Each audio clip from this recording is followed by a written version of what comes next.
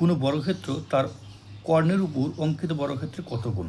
অঙ্কটা খুবই ছোট, কিন্তু এই অঙ্কটা পরীক্ষায় অনেক এসে থাকে, তাই অঙ্কটা আপনার মনোযোগ সহকারে দেখুন।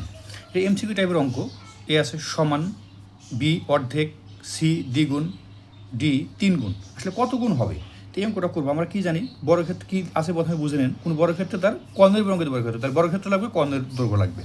তাহলে আমরা কি বর্গক্ষেত্রের সমান আমরা কি সমান স্বাভাবিকভাবে এক বাহু ধরে নিই। তো এক বাহু হচ্ছে কি এ, এক বাহু এ হলে কি বর্গক্ষেত্র সমান কি এক বাহু স্কোয়ার।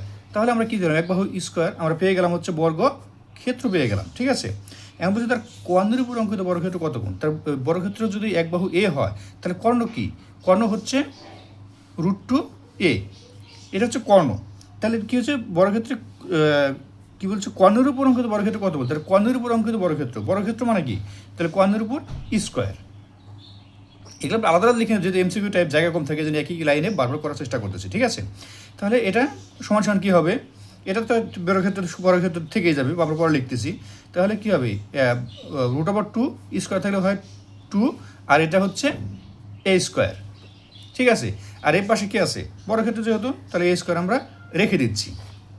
এখন এটার কত গুণ এটার কত গুণ এটা যদি আমরা স্বাভাবিকভাবে সমান্ত নাই, তাহলে অবশ্যই আমরা এটা যদি হাফ গুণ করি, তাহলে কী হচ্ছে এটা কেটে যাচ্ছে, থাকতেছে a স্কোয়ার সমান a স্কোয়ার। তার মানে কি, তার মানে দাঁড়াচ্ছে হচ্ছে কর্ণের হাফ গুণ হচ্ছে বর্গক্ষেত্রের ক্ষেত্রফল। তাহলে এটা কী আছে এখানে, বি নম্বর অর্ধেক।